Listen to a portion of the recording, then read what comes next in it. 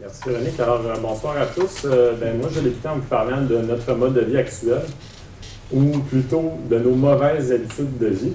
Donc, je vais débuter avec ce magnifique dessin qui montre un peu l'évolution de l'être humain. Okay? Donc, ce qu'on sait, c'est qu'avec l'évolution de l'être humain, au fil des années, on s'est développé d'une certaine manière pour faire face aux différentes comment je peux dire ça? Par rapport à l'environnement, différentes facettes de l'environnement. Donc, il a fallu qu'on s'adapte à l'environnement. Donc, on a notre motricité, nos fonctions cognitives se sont développées en fonction de ça pour qu'on s'en serve, pour être capable de survivre dans ça. Mais malheureusement, ce qui se passe, c'est qu'aujourd'hui, vous voyez à peu près, on est en tête de fil. Ce qu'on se rend compte, c'est qu'on ne se sert plus de ces capacités-là qu'on a développées. Okay? Donc, je pense que vous voyez un peu ça correspond à quoi? C'est un peu monsieur, madame, tout le monde qui est devant son ordinateur à la journée longue. Après ça, va aller prendre la voiture en position assise, va aller chez elle pour regarder la télévision. On se rassoit encore. Donc, en bout de ligne, on passe énormément de temps en position assise. Donc, qu'est-ce qui se passe? C'est sûr qu'à cause des technologies, tout est facile, tout est accessible. On vise le confort. On n'a plus besoin de bouger. Okay? Donc, malheureusement, on est en train de perdre ces fonctions-là qu'on a acquises avec le temps. Et avec la régression motrice, on s'expose à plusieurs risques pour la santé, lesquels sont au tableau présentement. Donc, c'est quoi la solution pour l'inactivité? Donc, la solution est très simple, c'est tout simplement l'activité. Okay? Il faut tout simplement bouger. Donc, qu'est-ce qu'on peut faire pour bouger? Ça peut être de se lever debout, de marcher. Okay? Donc, ce graphique-là nous montre qu'on peut améliorer notre quantité de bon cholestérol, les HDL, tout simplement en marchant un petit peu plus. Ce qu'il faut savoir aussi, c'est que les HDL, c'est quelque chose de... C'est très difficile d'augmenter nos HDL et l'activité physique, c'est une des rares choses qu'on peut faire pour contribuer à l'augmentation des HDL. Donc, ce qu'on voit, c'est que plus on va faire de pas, plus on va parcourir une distance qui est importante, mais plus on va augmenter notre taux de HDL qui se rajoute à nos effets cardioprotecteurs. Pour faire un petit clin d'œil à ce qu'on fait ici à l'IRCM, c'est sûr, tout à l'heure, je vous parlais des pas, on peut mesurer ça avec le fameux podomètre, donc ça calcule les pas, c'est très simple. Mais on utilise, nous ici, des objets qui sont un petit peu plus poussés. Donc, je vais vous parler rapidement de l'accéléromètre. C'est un outil de mesure qui va servir à mesurer plusieurs paramètres de l'activité physique. Donc, ça va nous donner plus de détails, notamment la dépense énergétique totale, l'intensité de l'exercice, la durée, que ce soit de l'exercice, du sommeil, etc. Donc, ces paramètres-là vont nous donner des informations globales sur le mode de vie par rapport à l'activité physique d'une personne. Donc, moi, ça va me permettre de faire des recommandations, de faire un suivi, de regarder si c'est de l'amélioration, de la régression. Donc, ça, c'est déjà un bon outil pour ça. Le principe est très simple, c'est tout simplement un bracelet qu'on porte sur le bras. Il y a des capteurs qui sont sensibles au changement de température de la peau. Et ça va nous donner des informations ajoutées au nombre de pas et les mouvements, la température ambiante. Donc, tout ça va faire un beau calcul qui estime la dépense énergétique.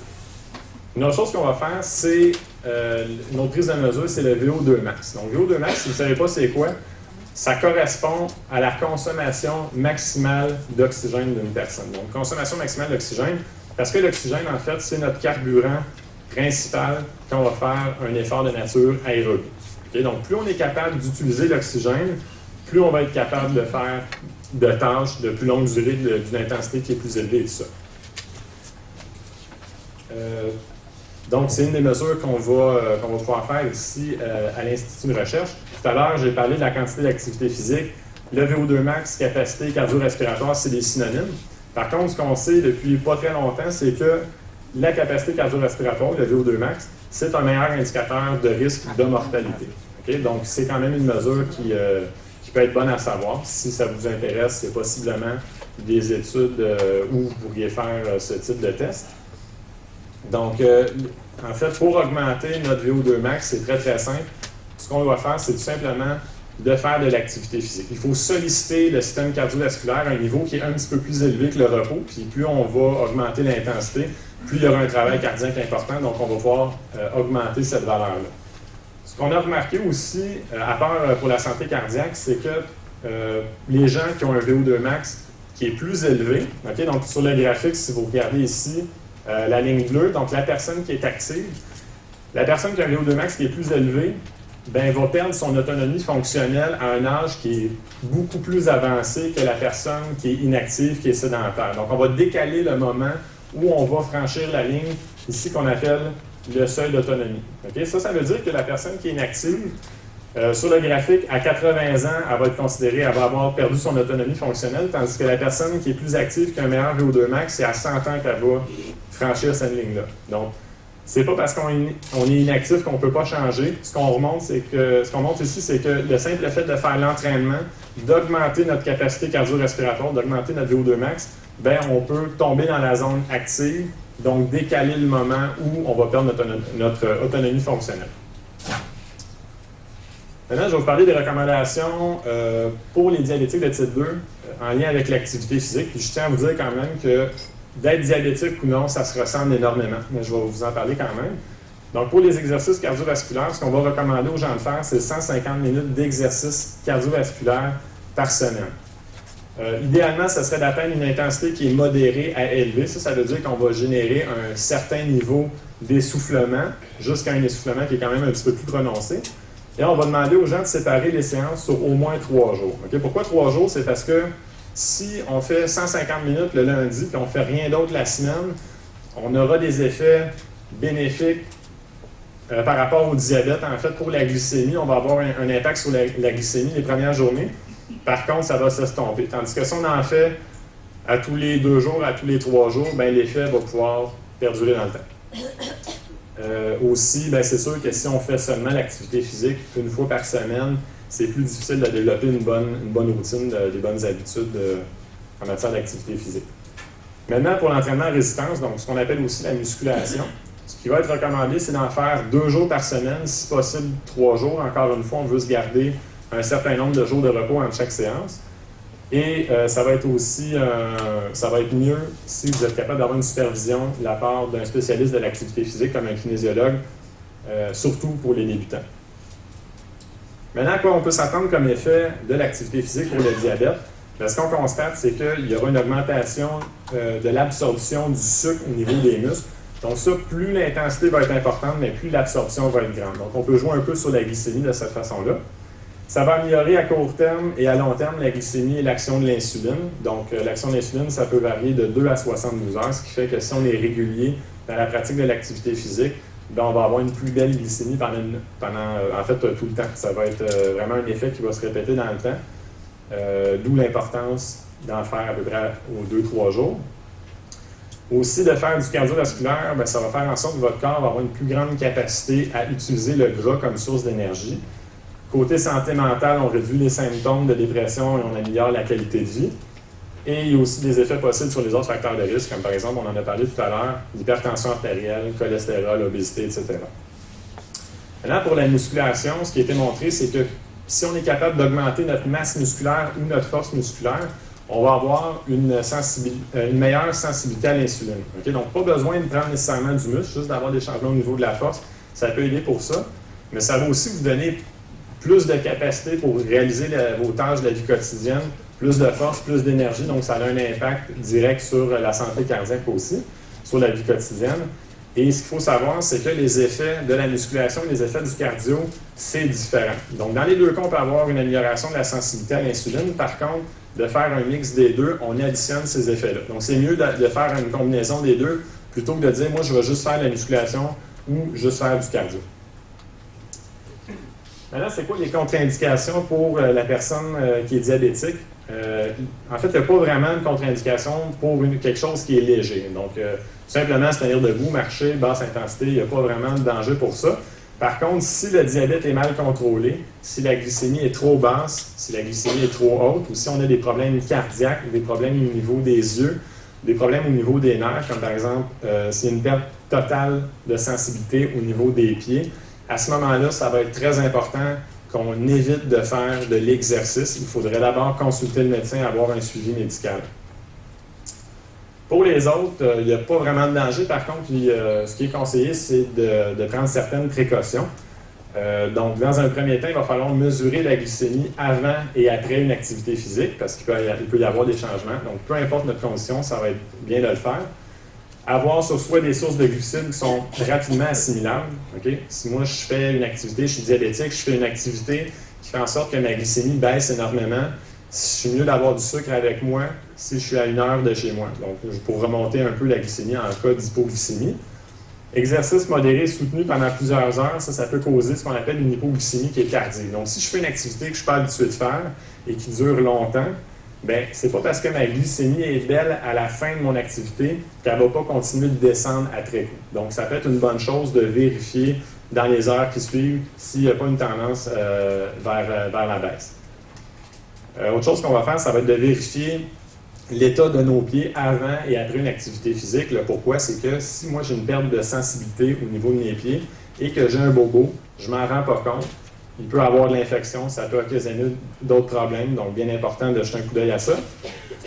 Pas consommer d'alcool avant, pendant et après une activité physique pour éviter, encore une fois, les hypoglycémies. Et porter un bracelet ou un pendentif pour s'identifier comme une personne qui est diabétique. Donc, s'il y a un problème, ça va être plus facile de reconnaître qu'est-ce qui pourrait être la source du problème à partir de ça. Donc, tout à l'heure, j'ai parlé des recommandations. J'ai parlé de 150 minutes d'activité physique par semaine, ce qui correspond à peu près à 30 minutes par jour, 5 fois par semaine. Et on s'est posé la question, est-ce que c'est une bonne chose de donner ces recommandations-là? Parce que c'est sûr qu'on a beaucoup de bienfaits d'atteindre les recommandations, mais le problème, c'est qu'en donnant 150 minutes, on se rend compte que, si je peux me permettre, on est tellement paresseux que la plupart des gens ne vont pas en faire du tout parce que le chiffre est trop élevé.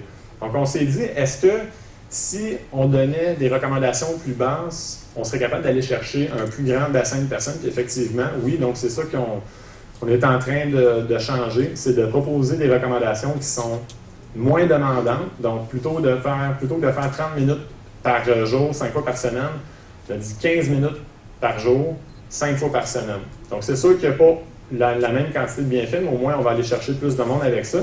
Il y a des études qui ont montré que pour le simple fait de faire 15 minutes d'activité physique par jour, 5 fois par semaine, comparativement à des gens qui font absolument rien, bien déjà, on a une augmentation de l'espérance de vie de 3 ans et on diminue les risques de cancer, les risques de développer le cancer de 10 une autre étude qui a montré, un petit peu dans la même lignée, que pour chaque heure qu'on passe devant la télévision, on a une réduction de l'espérance de vie de 22 minutes. Donc, c'est quand même... ce que ça dit, finalement, c'est qu'il faut faire un minimum d'activité physique puis passer le moins de temps en position assise.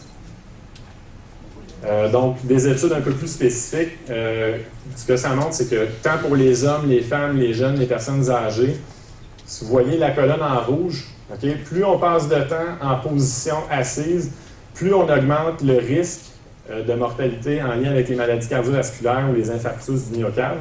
Et moins on passe de temps en position assise, moins le risque est important.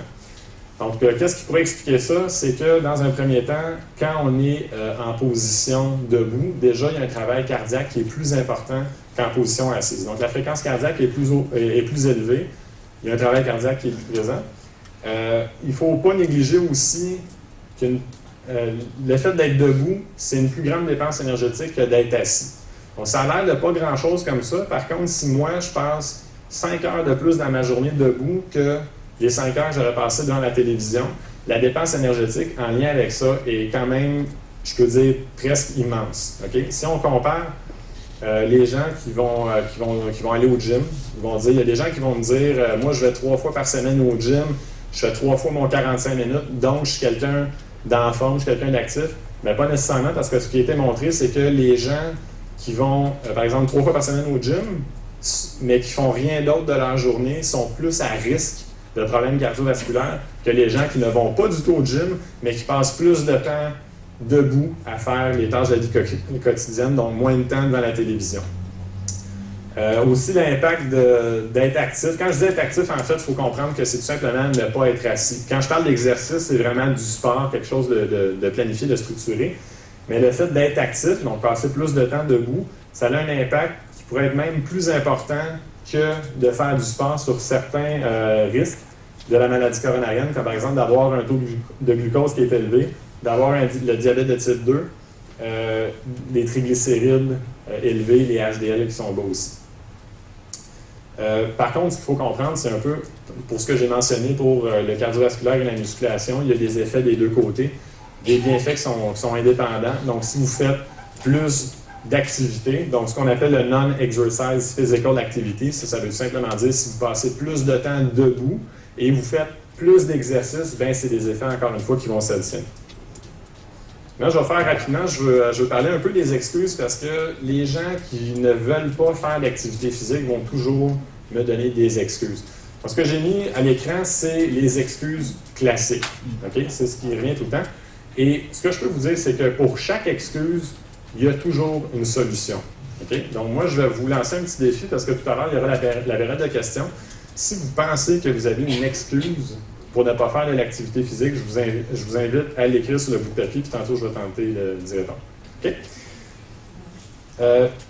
Pour l'exercice, je vais revenir à l'exercice parce que souvent, les gens associent exercice avec gym. Donc, je dois aller au gym, c'est ça l'exercice, sinon, c'est rien d'autre, c'est marcher, puis c'est gym, c'est rien d'autre. Donc, il faut comprendre que l'exercice, ça peut se faire de différentes façons. Je vous donne quelques exemples, mais je veux surtout vous mentionner que le plus important, c'est vraiment de mettre l'emphase sur le plaisir, okay? Parce que c'est ça qui va vous motiver à continuer dans votre activité. Donc, par exemple, vous pouvez avoir le vélo, tennis, la natation, la marche, la course, que ce soit en montagne, à l'intérieur. Ça peut être aussi les machines qu'on retrouve au gym, tapis roulant, elliptique. Il y a la danse, ça peut être seul, ça peut être en couple, ça peut être en groupe.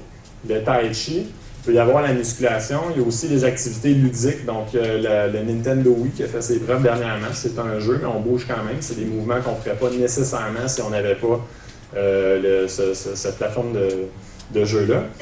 Et j'ai aussi mis le hula hoop parce que je trouvais ça intéressant. C'est une activité où il n'y a pas nécessairement de déplacement. Donc, les deux pieds sont au sol, on est statique. La seule chose qui bouge, c'est notre bassin.